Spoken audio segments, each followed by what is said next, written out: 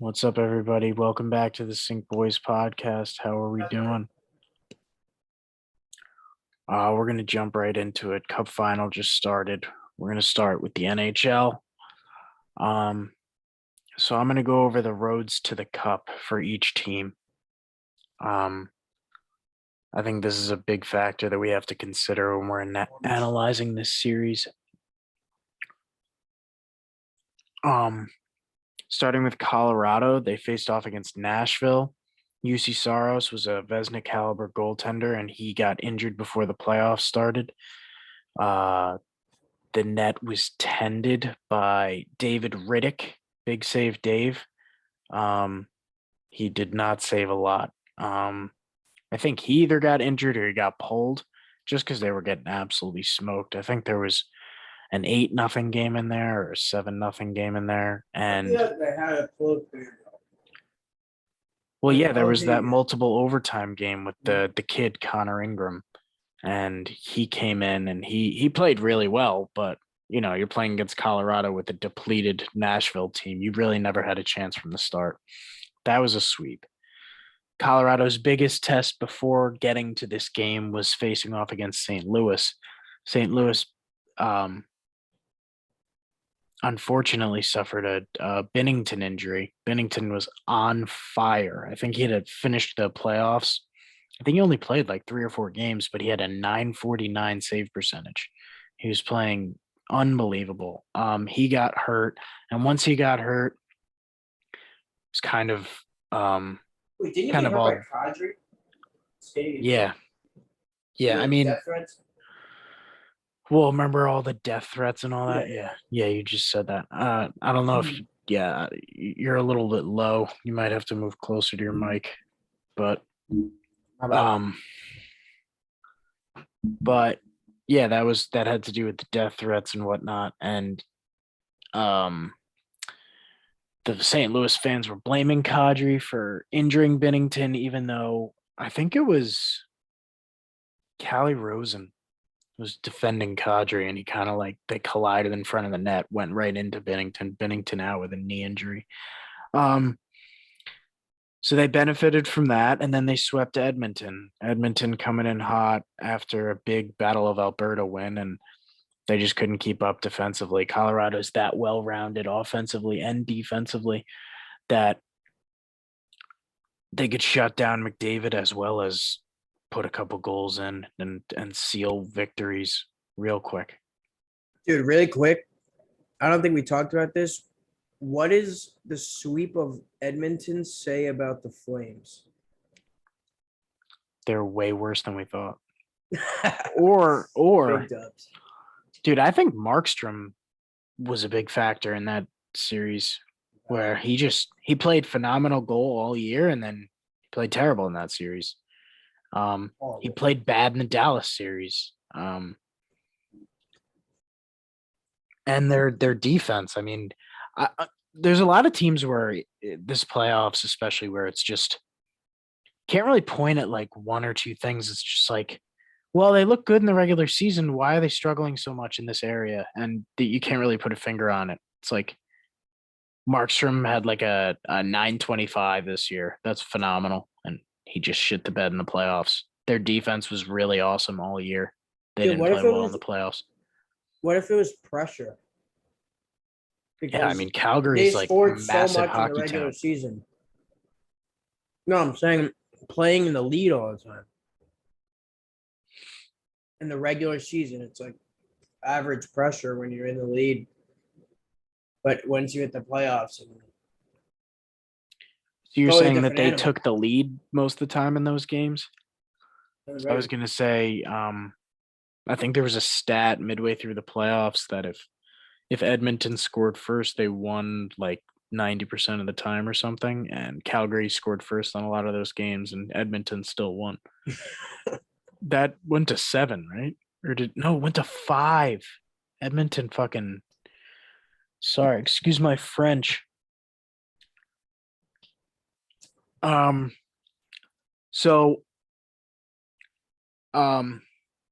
like to compare, like, just for perspective, For people that don't really watch hockey that are listening to this, I know we don't have any listeners anyway. The Warriors is like a similar run where it's like you got lucky with injuries for the other team and you didn't play like the best competition before the finals. Um, that's kind of how I'm comparing it. I I mean, think dude, balls bounce your way in the playoffs. That no matter what team you look at, from no matter what sport, no matter what year, there's injuries that happen to the opposing teams. There's stuff that goes your way. I hate when people use that as an excuse to why somebody got somewhere. I'm not saying you are now. I'm just saying. it's totally granted. I think the Warriors are one of the best teams in the playoffs, regardless, but they had a lot of help. Ja getting hurt, playing the Nuggets that sucked, and Lucas sucks. For Tampa Bay, they had one sweep. They swept the President's Trophy winning team with Bobrovsky in net. That's no easy task. They took out a top 5 team in Toronto in 7. Toronto came the closest to actually beating Tampa. They went up 3-2 in the series. They lost another series when they were up. And then the Rangers, Shesterkin and MSG, they were down 2-0 in the series. They won 4 straight. And I think that's similar to those Celtics run, where you played some of the best teams in the league and you beat them. And you had a very tough road to get there.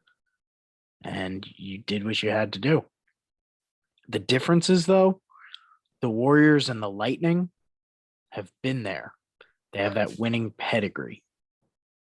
It's obviously they both have the hardware to prove it, but it's been year after year after year of just continued excellence. The Warriors had that 2-3 year hiatus. I don't actually know exactly how long it was, but it's they've been there like so many times. They have 3 rings. The Lightning have 2 straight rings, going for a third. That winning pedigree, you can, especially when you're comparing these two teams, the Celtics and the Avalanche are due, quote unquote. They haven't been there yet. But now that they're here, let's see what they got. I'm still taking experience and winning over I feel like the Lightning have a lot of guys in their prime with the experience. The Avalanche have a lot of guys in their prime. I mean, Makar is obviously young, but tell me if I'm wrong about the Avalanche guys. I know the Lightning guys definitely have experience and are probably in their prime. Like Kucherov, would you say he's in his prime? Stamkos prime, or would you say that? Yeah, Stamkos is on the back half of his career, but Yeah. Kucherov is absolutely in his prime. Vasilevsky's absolutely in his prime. But the Avalanche, I don't think they have a single guy on their no, besides Andrew Cogliano, who played for the Dallas Stars when they lost to the Lightning in 2020. Have nobody else that's been to a Stanley Cup final, I don't think. Except for Arturi Lehkonen, who played for who played for the Canadians last year. He actually sent them to the Stanley Cup with an OT winner last year too. Yes. So both teams they both come from divisions of just excellence. Like the Pacific is terrible. The Metro was The Penguins ended up being pretty weak. They fell in the standings at the very end of the year. But Washington wasn't Washington. The Rangers were the class of that division. I mean, they beat the Hurricanes. The Hurricanes still can't get over that hump. They got swept by the Bruins in 2019. They got beat by the Lightning last year in the second round. Dude, last year, the Lightning had a really tough road again. Like, dude, they can do it. But when you're competing with teams like the Leafs, the Panthers, the Blues, the Wild on a consistent basis, like iron sharpens iron, these teams are the best teams in the league. And everybody's talking about how this is the most watchable, the most interesting cup final in a while. They're saying like the Blues and the Bruins were like the next like most intriguing like recently, but before that, it's been a while. Like these are actually the two best teams in the league, and you Yes, really nice. never get that. You never get that. I think in basketball you got that. I'm So saying really, we're for the just NHL. like blessed this year. I'm just saying in the NHL. Yeah. Definitely for basketball, dude. There's always like 3 or 4 teams in the NBA, and like, dude, if you have LeBron, you're considered a contender. And then other teams, it's like the Warriors, the Spurs for a while, the Heat. Well, dude, I think that there's definitely like favorites. Like, you know what pisses me off a lot is the Raptors championship against the Warriors. Because that was the 4th year that Durant was there. But that was the year that Clay tore his Achilles in the finals. That was the year that, or no, he tore his ACL. Durant tore his Achilles in the finals. So it's like the better team didn't actually win. And I don't even know if Toronto was the best team in the East that year. I forget that year like it never happened. Dude, that was Philly's best chance. Was that the Jimmy Butler year? I think that was no, it was the first year with Simmons and Embiid. Yikes! Oh, dude, I forgot about Ben Simmons. I wish I could forever forget about him, but dude, you might. Whatever. I don't know if he'll ever play again at this rate. Yeah, he seems like he doesn't give a shit. So in history, I didn't take down all the teams. There's been like 4 or 5 instances recently that the team that sweeps in the conference finals on either side, whoever sweeps, usually loses in the cup final. The Bruins were an example. They swept the Hurricanes in 2019 and then they lost in the cup final. It's just not good to go into this series with any rust at all. Dude, Braden Point's back on the peepers. I just saw that, yeah. So, dude, their power play has like 3 of the top 10 players in the league. Yeah. Unbelievable. And then Colorado's power play has 2 of the best players in the league. Electric. So, did you come up with the 3 things? I guess I kind of summed it up when we were talking earlier today.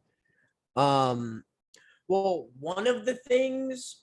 So this is 3 things that Joe thinks makes the Colorado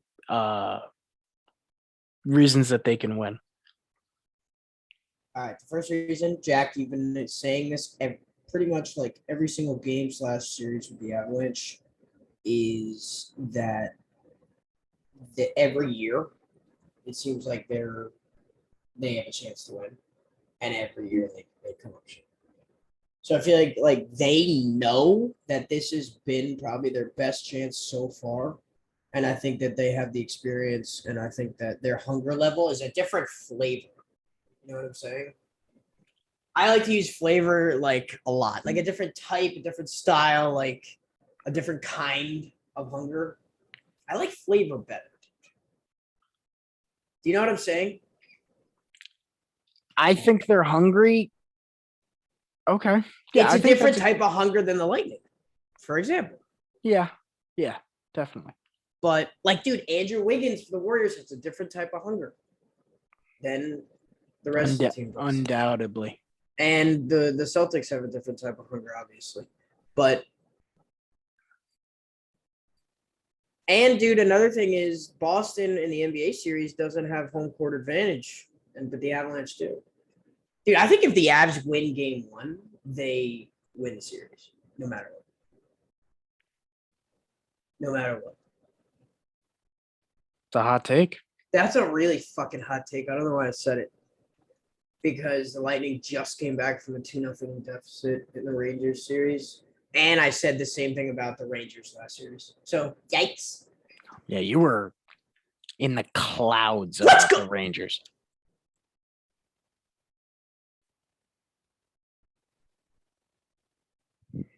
Are you behind me or ahead of me now? Behind. Dude, my little celebration, let's go. That was yikes down. When you hear that on the pod, it's yikes. Woo! That was my celebration. Dude, you were at least like 5 full seconds ahead of me. It doesn't make any sense, dude.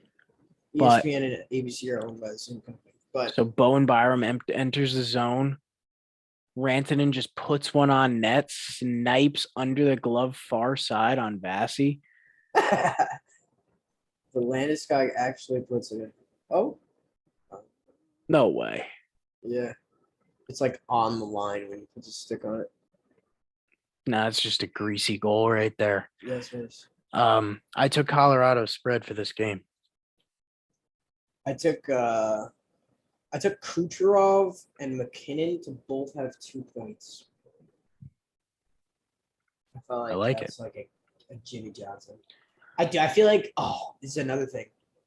I didn't get the actual number, but what is the Avs power play success rate in the postseason?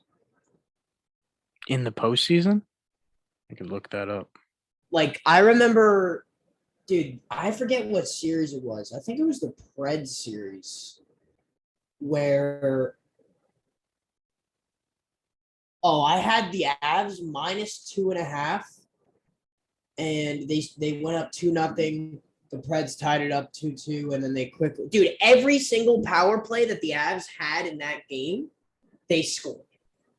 And it was just like it was absolutely fucking automatic, dude. I think that their power play is going to win them. Like the second reason why I think they're going to win the series, right? They're at 31%. Who? Oh, the Avs are The at Avalanche, 31%. dude, and like a good power play percentage during the season is like anywhere above 20%.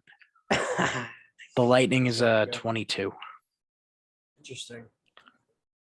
I mean, the only thing is that Vasilevsky's a net for this set of power plays.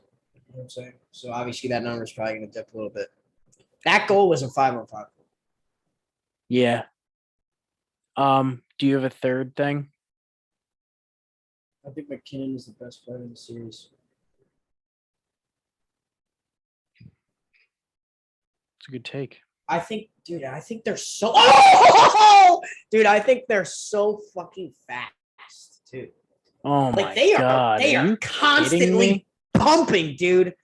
They are constantly high paced, high flying. The boys are constantly buzzing over there in Colorado.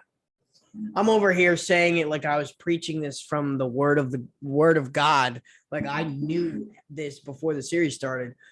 Dude, in that little Bleacher Report pick'em, I secretly picked the Lightning to win the series. I wasn't going to tell you until the end. I was hedging. A raffle ticket to a $1,500 jackpot, I'll pick the Lightning. Fuck it. I'm going to hammer Avs -1.5 every night, though.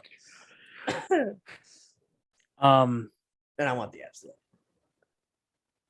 Wow, Vass is just getting beat. One, dude. My first point for my three things why the Lightning are gonna win was Vasilevsky's the best player in the series. He'll probably prove it in game 2, 3, and 4. Some real soft goals. I think they have under 10 shots, 2 goals already. Colorado's bringing it. They're fresh. I definitely thought the rust was gonna be bad for them, but Braden Point's getting back into the series. He's getting back into the swing of things. Dude, they have really clean uniforms. I really like the Lightning. First, yeah, so do I. Dude, I know you love the all whites though. Oh, they're not all white. They're all whites with blue stripe. One blue stripe in the middle. Yeah, dude. The Lightning haven't seen this type of speed all year. Well, the Leafs. The Leafs have just as good, maybe better of an offense and forwards. Yeah, but what about speed? Like I blinked and I struggled to. Mitch Marner, Austin Matthews, and William Nylander, Alex Kerfoot. These guys actually know that you're fly. Right. My second thing was the Lightning have been there. See, I really thought I came up with better ones of these, but it's the road to the cup and been there are my last 2 points. Kind of the same thing, kind of different. The road to the cup They faced the harder road to the cup. They're more prepared to face harder competition on a regular basis. Colorado, I thought it would be a little bit of a shock to them in the beginning of the series where it's like, wow, these guys are much more disciplined. These guys are playing much more formidable of a system. It's going to be tougher to play against. Stephen A in there. Formidable. And things of that nature. Dude, Cale Makar had a fire quote before the series started. He probably said it like 2 or 3 days ago. But Cale Makar on facing the 2-time Stanley Cup champs. This is from Bleacher Report. They're a team that's looking to become a dynasty, and we're a team that's looking to start a legacy. Kids like who said that? Cale Makar. Kid's like 19 years old. I feel like that quote sounded like something somebody on the Lightning would say. Say that again. They're a team that's looking to become a dynasty. Sounds like the Lightning saying that about the Avs. Looking to become a dynasty. I feel like the Lightning are already a dynasty. Three finals in 3 years. Cha-ching. Dude, I feel like the main number for dynasty, you have to reach 3 championships. 3 in a very short amount of time in 3, 4, what 5 about the years. Heat dynasty? You don't think the LeBron Wade Bosch was a dynasty? I don't call that a dynasty at all. So what is it? Just domination for like 3 seasons. I mean, they only won 2 for championships. 4 seasons. LeBron was in Miami for 4 seasons. Yeah, won 4 straight MVPs. That's how good that team was, dude. That's how good he was. I hate when he changed his number. That actually bothered me so much. It made sense though. And then he went back to 23 when he went back to the Cavs. Now he's number 23 on the Lakers. Fuck. Anyway, of course, LeBron works his way into our conversation.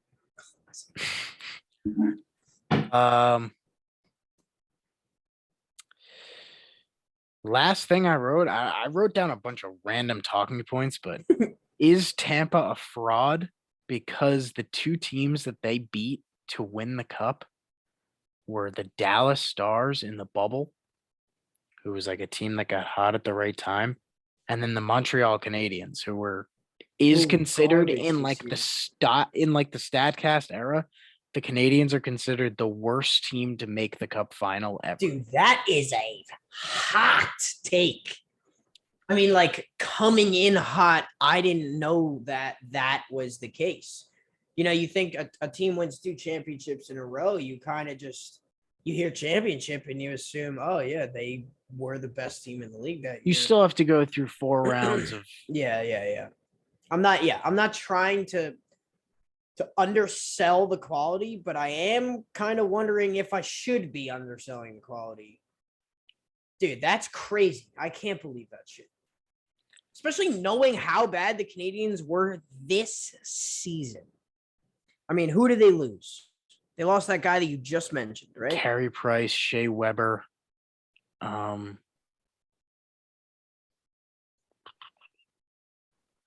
Are you saying like before the season started? Who did the Canadiens lose before the season started after last season ended in the offseason? Those 2 guys. Those were like their 2 biggest pieces by far, though. Who was the guy that playing tonight that was on the Canadiens? Arturi Lehkonen. He's like a 3rd, 4th liner. But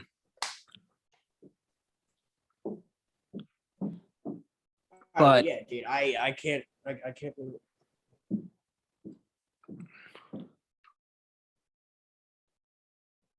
Yeah, I can't believe whatsoever. I wonder, dude, who did they go through? Who did they go through in the playoffs last year? Do you know? The Lightning? The Lightning. The Lightning went through. Oh yeah, they went through Florida in the first round because there was different divisions last year. So the Canadian division, they played the Pacific in the second and 3rd round, and the Central, like the Preds, like everybody that's like south and on the East Coast, like south, played in a division, and they played the Atlantic. And the Atlantic was like the Rangers, the Bruins, like all teams of like in that area. But it was the Lightning went through the Panthers in the first round, the Hurricanes in the second round, and the Islanders in the third round. And as bad as the Islanders are this year, they were insane last year. They were really good. Like they were one game 7 OT, the Lightning pushed to the final. Like they were one goal away. That was the Islanders Cup to lose, and they lost in the ECF. But and then the Dallas Cup, everybody's kind of just like it's the bubble. Like a lot of NHL players claim that nobody was like trying or cared in the bubble. It's so weird, dude. It's so weird. Stupid. Like people in the NBA bubble said that like because they weren't drug testing, dudes were high all the time, which kind of lessens the fact that LeBron won his 4th title. But like what people do, there's two sides to the bubble coin. It was brutal. COVID was brutal for everyone. No matter what you were doing, no matter where you were working, COVID was fucking brutal. Yeah, it's kind of just like the injury conversation. Like nobody gets out of the playoffs unscathed. Yeah, exactly. All right, I have a couple cringe notes for Joe. Cringe notes. I'm interested. The title is NY fans taking L's all over the place. Yourself. So the first one is Rangers fan sucker punches Lightning fan walking out of the stadium, puts him in the hospital. The Lightning just scored. Classic New York fans, just being scum. Dude, wait, this is a segment just to piss me off, right? I don't know how you're about to defend somebody who sucker punched a stranger. I'm defending the totality of New York. It's fucking insane to call New York fans whatever you're calling this asshole. That is fucking insane. You don't hear these things from other places. When's the last time you heard about a fan knocking out another fan that was visiting their stadium? I don't listen to those people. So exactly, I don't know. Because it doesn't happen. That's not true. I'll look it up. Yankees are up 4-1. Let's go. Next thing. Funny you bring up the Yankees. Yankees fans earlier this year throwing beers at a Cleveland outfielder. During the game, throwing beer bottles at a player in a game. Who does that? Dude, this is a riot situation. You cannot blame the entire Yankees fan base for this.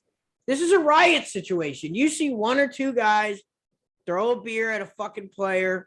That dude was probably starting the chants in the bleachers. And he fucking got too fired up, threw a bottle.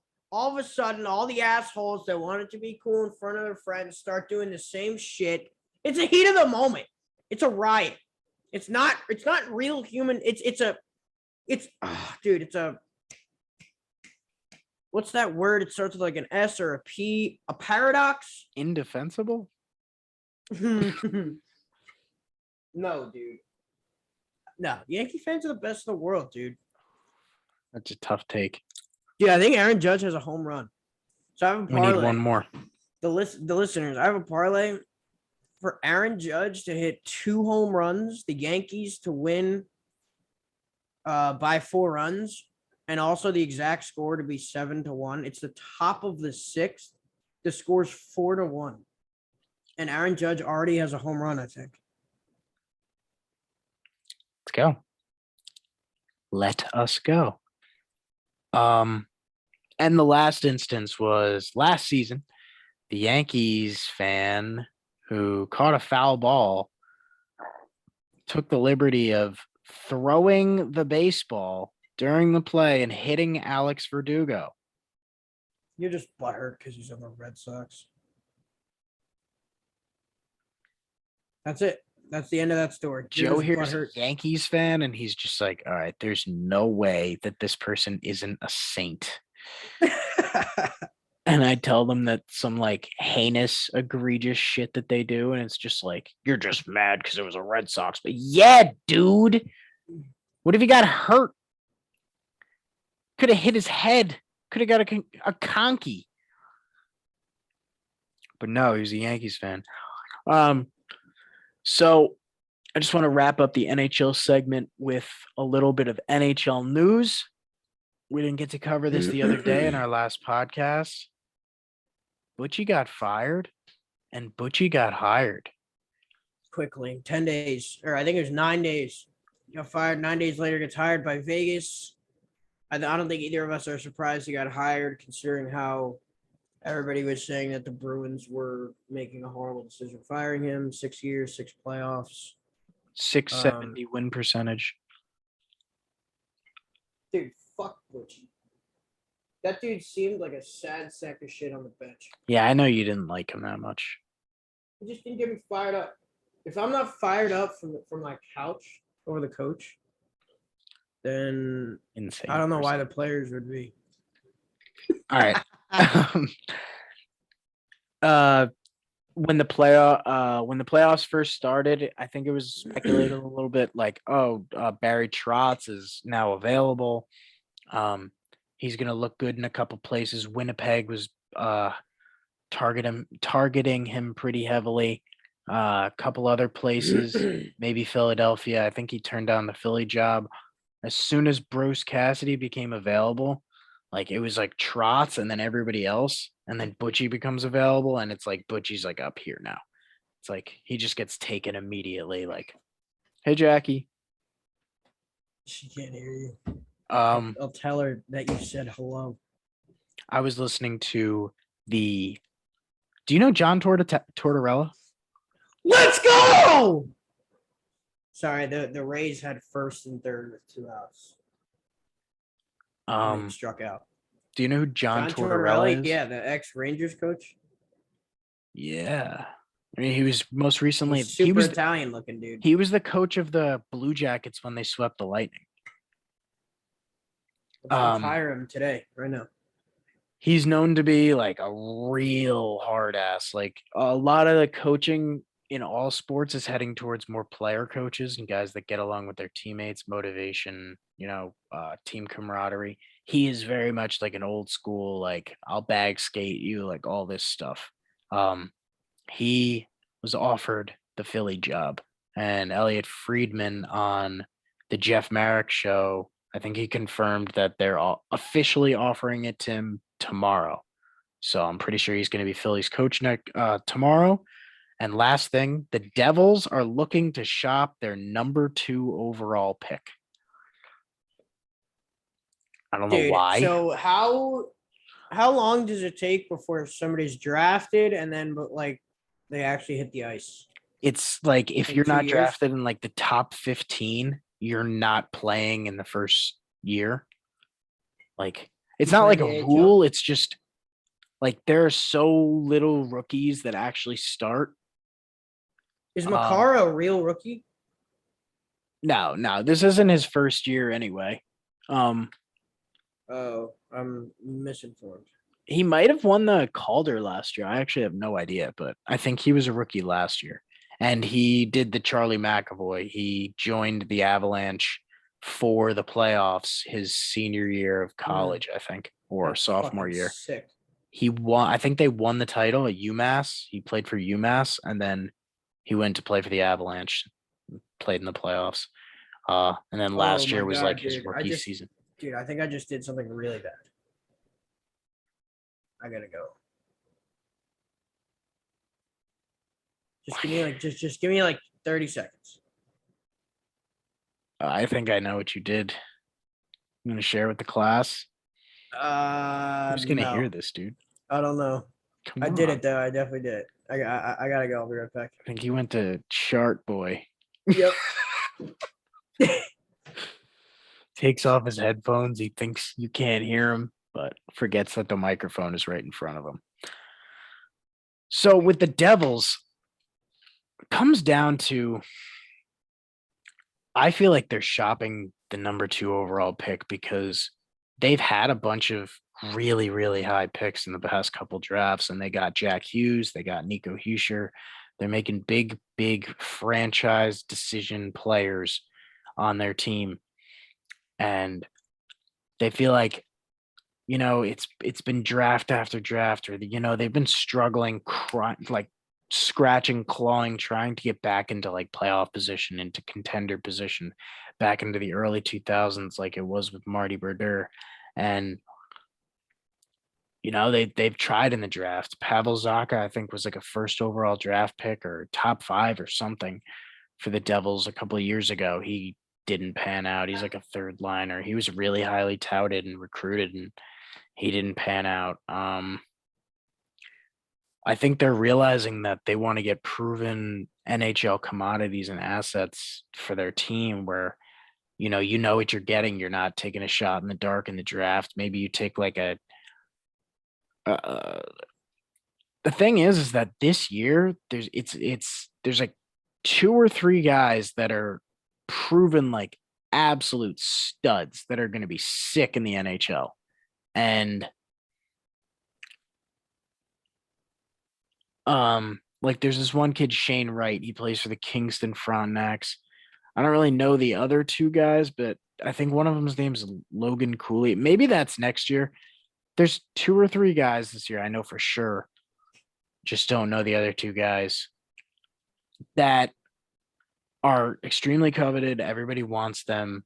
And if you hold the number 2 overall pick, like the Devils earned in the lottery draft, like you're getting one of those guys.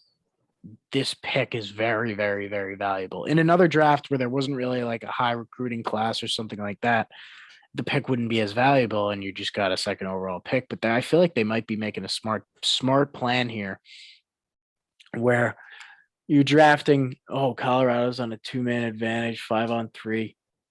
They're just dishing it around, wasting time. McKinnon goes to the net, dangles, shot. Mikko Rantanen, Bellemare block. All right, but but to finish up on the Devils' point, you're actually taking something like the number 2 overall pick, where you can definitely get one of these top 3 prospects that everybody's looking at in the draft, or you can go for proven NHL talent and make a good hockey trade and maybe get more picks in the future, but also get a bona fide NHLer, maybe 2. Maybe you get a good piece. Like this is a number 2 overall pick. Dude, you can probably get maybe a second line scorer or like a center and a depth player, a roster player, and a pick for like a second overall. That's fucking crazy. Especially in this draft. So I think it's actually a good idea for the Devils. They announced it like 2 days ago or something. It's definitely not something you see every day, but we're on to the NBA Finals. All right, boys. Game 5, I hit a big time Ding Dong Johnson. Yes, base. Wiggins double. And for the Warriors to win was plus 460. Cha-ching, cha-chong. John Cooper is irate on the bench. You never see this guy like his mouth move downwards or upwards. It's just he's emotionless and he is pissed. Anthony Cirelli is shaking his head. For anybody listening, Jack called a 3-1 Avalanche to Lightning score in the first period, and it's 3-1 with 2 minutes left. Colorado's still in the peepers, though. I'm pretty sure Lehkonen has 7 goals in the playoffs. Who is he? The A fourth liner? I guess he's like a third liner, second liner. I don't know. Maybe Kadri's out and he had to move up, but 7 goals. That is extreme value. All right. So the Wiggins game. Wiggins game. 26 points, 13 boards. Only 23 shots, 12 for 23, and 0 turnovers. 0. This guy played a near perfect game. Shot over 50% from the field. Just grabbing boards. This guy's got a 20-foot vertical. Athlete and a half. There was that one layup where it looked like he was gonna just like jump over everybody and just dunk on like 2 guys from like the right elbow, and he just makes like a move and he goes up with the left just around everybody. And it was just incredibly athletic. Just a landmark of that night, that game. I like that terminology. So some key things. Dude, so Steph, obviously, after game 4 with the 43-point performance, averaging 6.5 threes through 4 games in the finals, averaging like 32 points a game, I think, maybe more, because of that 43. Jimmy Johnson. You know, he was the most obvious and most clear MVP candidate. You know, if the Warriors would win and the Celtics win, you don't really know, either Tatum or Brown. Nobody else really has stood out. Stop. What? Wiggins is, Steph is winning the MVP. No, I have to say this. The thing is, like, I think that a lot of stuff, especially like a 7-game series, like there being an MVP of a 7-game series, like recency bias is a factor. So yes, Steph had 43 in game 4, but Wiggins had 17 points and 16 rebounds, which ended up proving huge, especially in that fourth quarter. Game 5, he has, what did he have? 27? What did he have? Game 5, he had 26. 26 to 13. Obviously, he was the X factor on both sides of the ball, best player on the floor, made the hustle plays, really like played with so much force. And then people are calling it the Andrew Wiggins game. I'm so disappointed in you. But the thing is, dude, if Steph has like 25 and kind of struggles next game, and Wiggins has like 22 and 13 boards or something like that, I could see Wiggins winning the MVP because of voters' recency bias, not because of like, because they'll say if Wiggins didn't have the game that he had, even though Steph had the game that he had in game 4, if Wiggins doesn't have that type of game, maybe they don't win that game. If Wiggins doesn't have the game he had in game 5, they definitely don't win that game. And if Wiggins has this big of an impact, or at least really similar in game 6, dude, I can't see him at least getting 40% of the votes. Steph still is probably going to win the MVP, but I could definitely see it being close, dude. See, I'll grant you that, the recency bias especially, but I heard something interesting also on the Jeff Merrick show, because one of the Elliot Friedman, he's like the main insider. He's like the number 1 insider for the NHL, and he gets votes for like the Hart Trophy. He gets to do the Conn Smythe, and he's saying for game 5, like midway through the game or whatever clinching game it is, you have to have your vote in like before the end of the first period or something. It's like the game's not even over yet. No, because they have to figure out the voting and who won before the game ends, because they award the Conn Smythe right away. I don't know if that's the same thing for the NBA MVP. Do they award it right after the game? Yeah, they do. Because you have to get your voting in right away. Or during the game. Dude, for me, it's like you only have so many voters. I think it's the same people that vote for the MVP, and I think it's 121 people. Dude, if You're you telling me can't 121 people voting at the same time, but in dude, like an hour time span is easy, like I don't think that's true. Dude, what are you talking about? You tell them, like, let's just say at halftime of game 6, oh, it's a clinching game. I know what you're saying. But, dude, let's say it's a clinching game for the Warriors, right? What if the Celtics win? Do they take those votes away? You know what I'm saying? and then they reset it for next game. They have Maybe to they give one for each team. maybe. I mean, maybe that's possible. And I feel like, especially in this scenario, like one team is on the verge of getting of winning the championship. So Dude, if they're voting, they're only voting for the Warriors guys. I just you have to be a crazy person to not think that prior years and Steph not winning a finals MVP before this is not going to factor in. It is absolutely factoring in. No, I agree. And like Iguodala already got that defensive credit, and Steph probably played really well in that finals. KD stole the other two.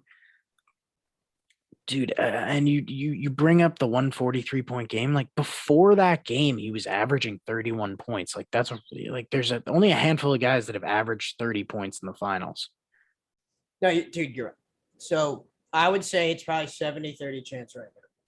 But if by halftime in game 6, the Warriors are up 15 and Andrew Wiggins has 16, 17 points in the first half like he had last game, it's probably a fucking toss. And I respect the point about the recency bias. It's just I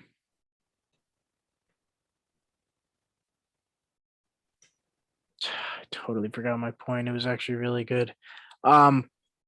Part of the Wiggins game, Steph broke his record, his streak of 133 playoff games, I think, of hitting a three. He went 0 for 9. The only starter to make a three was Clay, who went 5 for 11 from three. He had 21 points, 2 steals.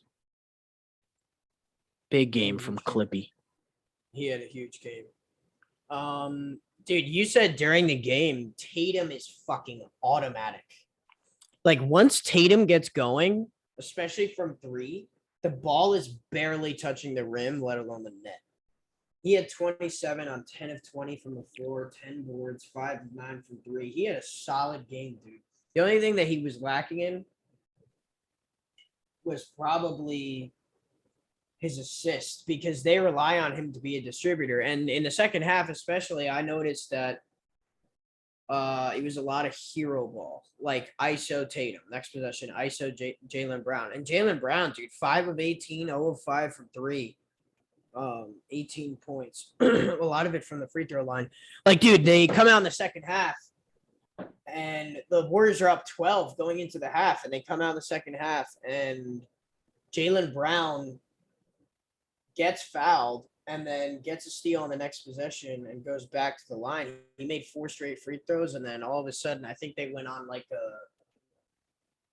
a 16-3 run or something like that, and they were up or no, it was 18-3 run, and they were up 5 after being down 12 to start the half. Like middle of the third quarter, they were up 5, but that's when the Warriors started to really figure it out again.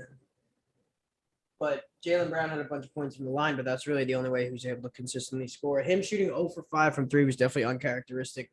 So if the Celtics do win, it's probably going to be Tatum that wins it, especially because he had a 13-assist game, he had a 9-assist game, and then the other games he had pretty good games scoring. I just think he's been severely underperforming for the absolute mountain of credit everybody gave him before the series. We've been watching him the whole playoffs, and I think I said a couple podcasts ago, I haven't seen him play to the level where everybody's giving him credit for. It's like he is not, in my mind, he is not even like the number one guy on that team right now.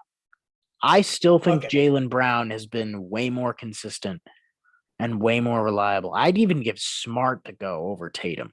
And then, of course, Tatum goes like 4 for 4 from 3 in the second half. It's just like, dude, if you're going to talk about somebody outperforming their expectations, Marcus Smart is the one that's outperforming his expectations. That doesn't mean that he's been the best player on the floor. It just means he's outperformed his own expectations. Like the dude averages around 13, 14 points a game, but I bet you he's averaging around 19 for the finals. He did have 20, shooting 50% from three and He the had field. 24 one game. I think the And I first think game he when they had all had all 20 those threes. another game, dude. He definitely has been outperforming his usual stat line. And defensively, he holds his own for the most part. I mean, the Warriors have kind of been able to the Warriors just do a good job of taking individual defense out of the equation. They do not do a lot of isolation, like really ever. I would say the only time they do is when like Clay is late shot clock and he ends up either trying to take somebody to the hole or it's a post up situation, or Wiggins the same thing. Otherwise, you haven't seen a lot of Steph ISO aside from his usual like I'm gonna get a screen and then pull up. But like I don't know. Oh my god. Something I got a couple player shout outs from that game. Draymond had another resurgent appearance. He fouled out again, but he tried to get the call overturned. That was an absolute flop by Smart, but they still got the dub. I would have been a lot angrier if he fouled out and that went through if they lost, but Draymond had 8 points, 7 rebounds, 6 assists. My favorite part of his stat line, 6 field goal attempts. That's it. and 6. 8 points. Let's go. Fired up about that. Yeah. Looney had 3 quick fouls in the first quarter. He was pretty much out of it from the start, I thought. And No, he was. shout out GP2, 15 points, 16 plus minus, highest on the team. Guy was an absolute animal. I think he had 5 boards, but I love that they like every time he has a minimal impact in not minimal like the least that it could be, more of like above what his expectations necessarily might be because of his past. But I like that they bring up his past. Like this is a nationally televised event, pretty much watched by most basketball fans. And for people that don't know about GP3, they know about him now. You know, the journey that he's been on. I definitely like that. You know, the majority of the time he's making the right play. He's had some suspect plays in the finals, like either a turnover or a foul at a bad time or a bad foul in general that he didn't need to make or whatever it was, a travel he had a couple days ago. But dude, he's fucking awesome. He's the perfect role player, especially off the bench. Dude, I have to interject for a second. We're still in the NBA season. The finals are going on. The Mavs trade for Christian Wood, the power forward on the Rockets. Their best player this past season. I don't know what the fucking Rockets think that they got going on. Christian Wood was their best player, and he's so young. And the only thing they get in return is the 26th overall pick and Boban, the fucking 7'3" guy, and Trey Burke. That's all they got in return for Christian Wood. Why the leave coasters if no one's going to use them? Dude, the Mavs added a guy that they can like rely on to score on his own that isn't Luka or a guard. So, like, dude, who are their other guys? They're big men. We just fucking watched that series. Oh, Maxi Kleber, Davis Bertans, Finney Smith. Nah, the white guy, the other white guy.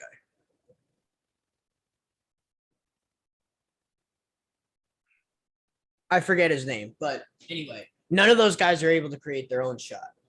Christian Wood is a young, athletic, agile player scorer. comp. He's a scorer. So they definitely made a great Who's move his player with that. count?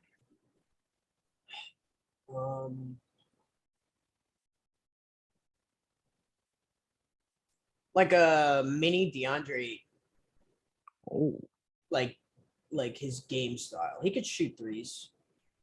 Dude, he had games this year. I remember betting on the Rockets this season, and he had games this year. Well, dude, the Rockets they were play an style, over team, right?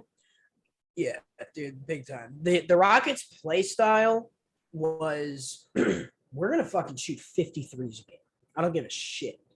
Like, we're just gonna shoot the ball as many times as we possibly can. If we turn it over, that's bad. We need to fucking shoot. That's it. So he would take a lot of threes, and he definitely proved that he can make threes. I remember one game he had like 6 or 7. So definitely could shoot. Definitely a good move. But anyway, all right, last point on that. That was a we are coming for the title next season move. They wasted no fucking time. Fuck the offseason. Their offseason is now. Dude, they were playing basketball 2 weeks ago. And they're I feel like already CJ making trades. McCollum wouldn't have been a bad ad. Dude, you're just adding another guard. They have Dinwiddie and they have Brunson. I don't know what those guys' deals look like, but that's a similar player. I just feel like he's better than both of those guys. Yeah, that's true. But you probably would have to get rid of one of the others, which they probably could for probably another big. But anyway, damn, dude, the fucking Brewers are up 10-1 on the Mets in the 5th inning. Yikes! All right. Back to the NBA Finals. So I said, obviously, we all know Curry had a bad game by his standards. He had 16 over 9 from 3. I listen to PMT a lot. They're like, they're basically Boston centric, and one of the guys is like a really big Boston fan, and they're like, you got to be a little bit worried because like he has one of these games, he's probably not going to have another one. Like he's probably going to come back and have another big game. So I said that the Warriors essentially played without Looney and Curry's threes, and they still won.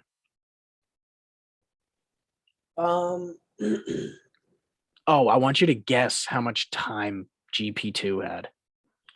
I think it's 21 minutes. He had 26 minutes. That's a lot. I mean, he replaced Looney. So, Looney only had 17 again, right? Well, yeah, he had just under 17. But I was going to ask the question, why does Kerr start Porter? Porter played 14:39. Peyton played 26:09. Looney played 16:45. It's purely rotations. There's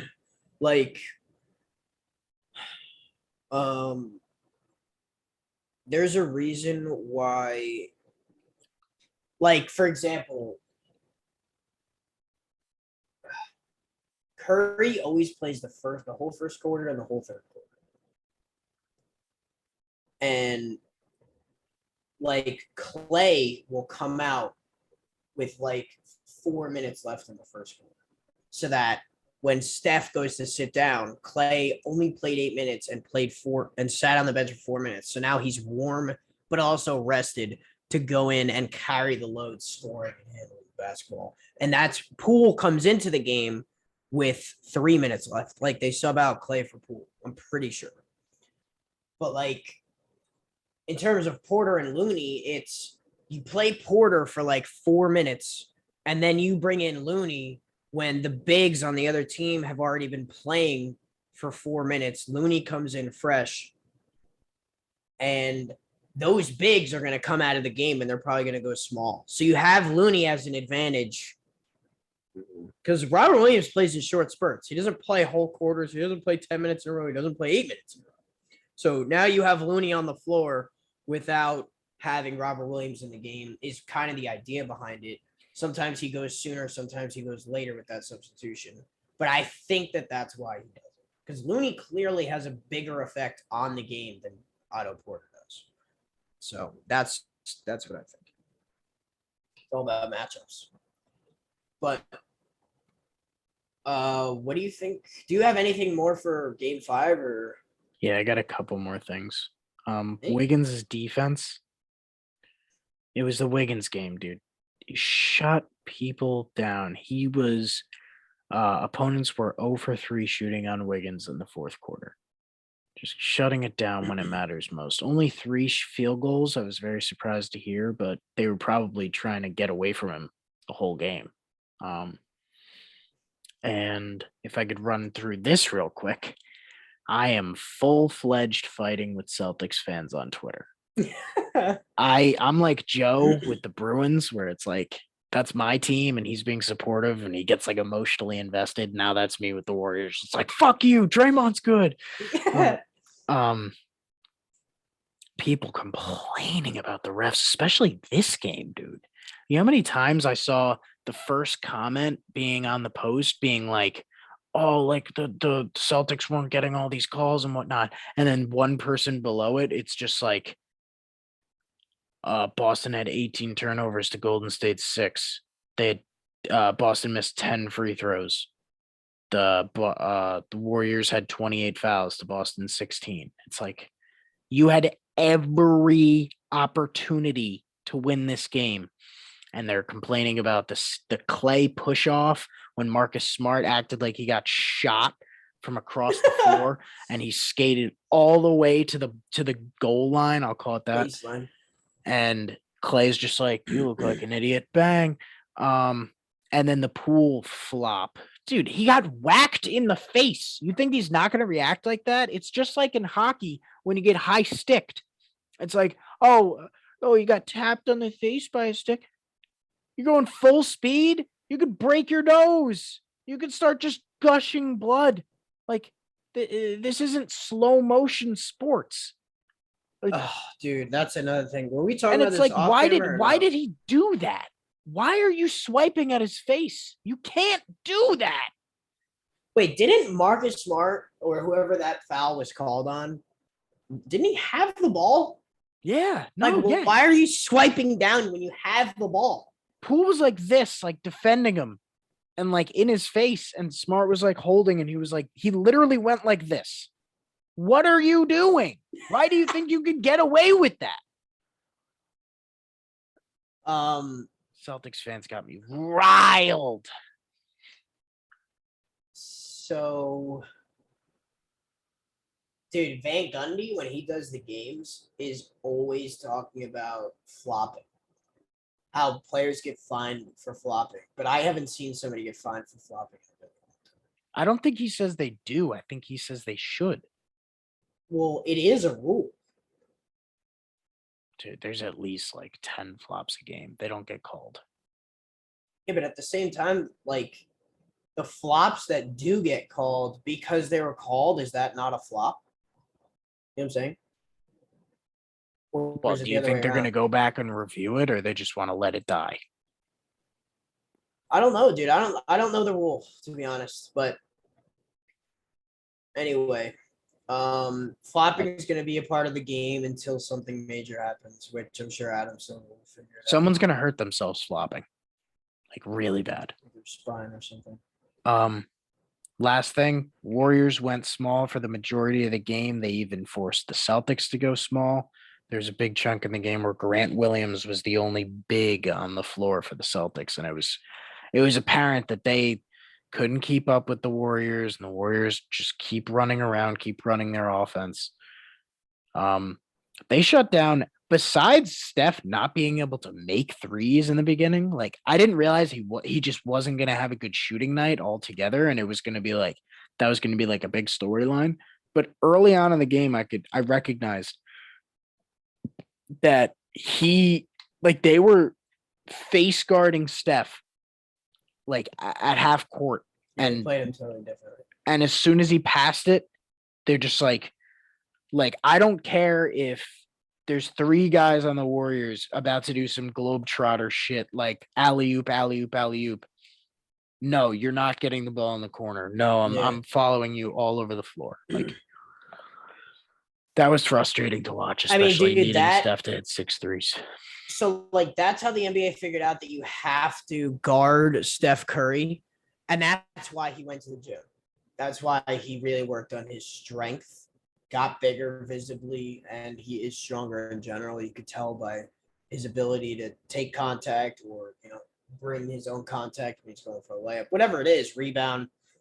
But dude, that strategy has always rattled Steph, and I forgot about that. So I don't know who's gonna win Game 6, dude. It's in Boston. It could go either way.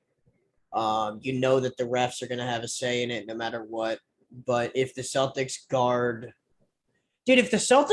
Steph like that again, his first 3 shots, if he feels good when he shoots it and it goes in, he will feel more comfortable taking the more challenging shots. But because he didn't make a 3 last game, he's going to go into the game once they guard him like that. It's going to trigger. Dude, I swear to God, body, like human behavior. It's going to trigger him into feeling that uncomfortability again.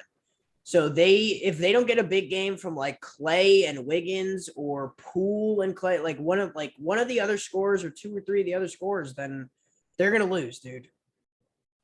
And if they need to rebound, I mean, you know what I think they need to do in this series, especially a lot in of those Boston. calls They on have to rebound. a lot of those calls on Looney to start were absolute phantom calls. But and I was just looking back at to see if Steph was still taking like a normal amount of shots. He took 22. Like he stayed shooting. It's just I guess you feel like you're going to get less chances when you're guarded that heavily, and it's gonna have to keep putting shots up. But dude, if you got nothing else about the finals, do you? No, I'm good. I think the Celtics are going to come with the same approach that they did last game with Steph, and I think this game is going to come down to rebounding even more than any other game so far because it's in Boston and it's a win or die situation for them. That building is going to be buzzing, and if the Celtics start off the game well, it's going to be really hard for the Warriors to climb back in it. But I think rebounding is something that changes momentum without scoring the basketball. So, yeah, that's what I got. Go Dubs, go Avs. They're up 3-1 right now in the second period. Just started. Go Avs. Boys are buzzing. I just wanted to touch on a PGA. What? Oh, the LIV. Did you know that the suspended golfers can compete for the majors? I don't really know much about golf. I don't know anything about golf. Dude, apparently the tour events are different from the majors. I think the tour events is like contractual with the PGA because it's an individual sport. And then I think the majors are buy-ins. Okay. But guys that don't win a lot of tournaments don't have the capital to buy in. Dude, that's just a theory. Because I don't know why they would work the major, because there clearly is a Players Association and a PGA bargaining agreement. That's why they're in this situation at all. So I think that they probably have some type of situation where it's in the bargaining agreement that they can play majors. Yeah, dude, I don't think that they ever predicted that there would be a rival league to come into play. I don't even know why they're fucking leaving the PGA. I don't really know. Money. It's straight up money. A lot of so Mickelson left. He's known as like a massive gambler and he's very frivolous with his money, and it's like well known that he doesn't care about his reputation and he's just gonna go play for the highest bidder. Bryson DeChambeau came out like a couple days ago saying like it's strictly a financial decision. Like they're just paying me up front, like it's guaranteed a lot of money. But a couple of golfers came out and defended the tour. This is a really interesting point. You brought up buying in. The PGA still has like a cut. Like you have to get a certain, you have to play a certain way to get in. And that's, I mean, like that speaks to the credibility of the sport, the credit you give the guys that win. Like you're playing against the guys that are playing the best that day, that weekend. Like you have to make the cut to be able to compete. Dude, there's also guys that play better in different conditions. Like, for example, there's a tour, like courses on tour that are in like Northern Europe, like Switzerland, where the weather is always like 60, 50 degrees, even in the summer. It's always fucking overcast. It's probably raining one of those days, maybe multiple. Like, there's totally different conditions. And then there's another one that's in fucking Phoenix where the air is dry. It's probably not going to rain. The greens are probably a different, dude, golf is so, you ever watch that video of Phil Mickelson talking about the water on the tips of the grass, how it affects the angle that the ball comes off your club? He talks about it for like 5 minutes straight about how you hope for a 9 a.m. start time because the greens are going to run differently at this specific location because of the condensation on the grass, as opposed to if you start at 12, the air is different. Dude, it's crazy. There's so much different shit.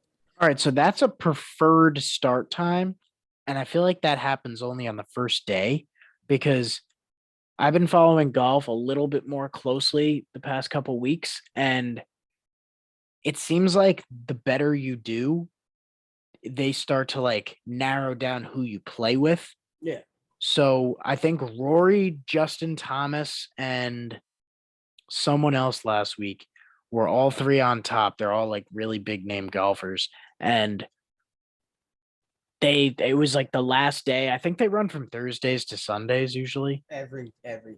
Yeah. Every time. So it was Sunday, and I was looking at FanDuel or whatever, and I was looking at ESPN, and it said Rory, Justin Thomas, they're teeing off at 12:51. So Mickelson saying 9 o'clock is perfect. Maybe that's on the first day when okay, thank God they put my tee time for 9 o'clock. But Dude, when I you know, play and you're in the lead, you have to play at a certain time, it seems like. dude, I know that I just like made the 9 a.m. the preferred time. That's just the point that I made. But I don't know if that was the preferred time or if the 12 o'clock was the preferred time. He was just like, I was like paraphrasing the fact that he could break down how times are different, stuff like that. I know you just made your whole point based off that. But I think that the way it works is if you're in the top, they always pair the closest people to the top together so that the fans are concentrated and they can be watching it hole to hole who's gonna win. But what's it called? I think that it's just prime time hours for those guys. So if 12 noon is more prime time than 9 a.m., that's probably, dude. They're also sometimes in like Australia. I feel like somewhere really east where the time zone is completely different. So I want to maybe get prime into time doesn't watching matter. golf this summer, big time. I'm done. I mean, we're gonna have fucking baseball and golf for like a week and a half, 2 weeks from now. So might as well. And then beginning of August is when preseason starts in the NFL. So John Rahm came out, and you know who he is. He's He, an English golfer or Australian. I think he's American, but he has like an accent. I don't know. I remember. Do you remember? Is it the Memorial? There's a certain cup that they play for. It's America versus Britain, I don't know. and I'm pretty sure Rahm was on the American team. But The Ryder. the I Ryder think it's the Ryder Cup. sniper. Yeah, That dude. it What definitely the fuck? is. Dude, we're getting into golf this summer. John Rahm says he plays for legacy and history and love of the game, not for a paycheck. Absolute shot. He says he can take or leave golf, could retire today happy, but he wants to play against the best in the world. And the live just seems like a money grab. He claims that those that left are pretty much retired. Like he thinks the suspensions are going to hold up and like they're going to be banned for life. And their legacies are ruined. Dude, if I was Tiger, I would play in the LIV because he's barely making the cut, if not missing the cut every single tournament. So it's like, and he's going to bring attention to the LIV 100%. If I were him, I would retire from PGA and go to the LIV. If that's the case, if what you're saying is the case. A lot of the controversy around the LIV is that the money that the Saudis invested into it and that they're paying the golfers with is all just like dirty terrorist money. Yikes! That sounds like super racist, but like that's pretty much what everybody's talking about and how like we shouldn't support the LIV. I just I like the PGA Tour. I don't think there's any reason that anybody should move over to the LIV except if they want to get paid more. And I respect those golfers that are like, yeah, I want to get a paycheck. Dude, I just want to throw this out there. I hate it so much when people say golf. Golf. It's not golf.